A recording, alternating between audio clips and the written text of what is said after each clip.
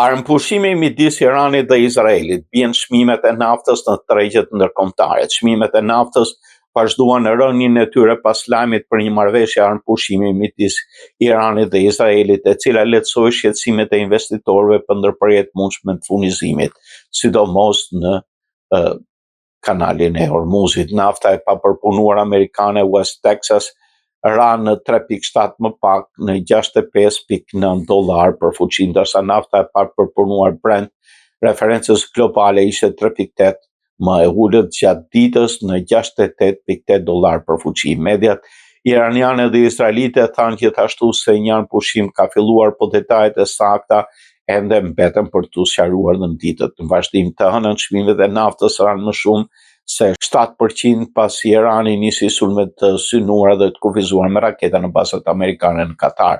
Nafta bruto amerikane ra me 7.2%, duke arritur në $68.51 për fuqi. Rënja më e madhe ditore qysh nga fillimi i prillit, në një nga ditët më të këqija gjatë 3 viteve të fundit. Brent u mbyll me $71.78 për fuqi në $7.2 më pak, rënja më e madhe që nga gushti i 2022-shit.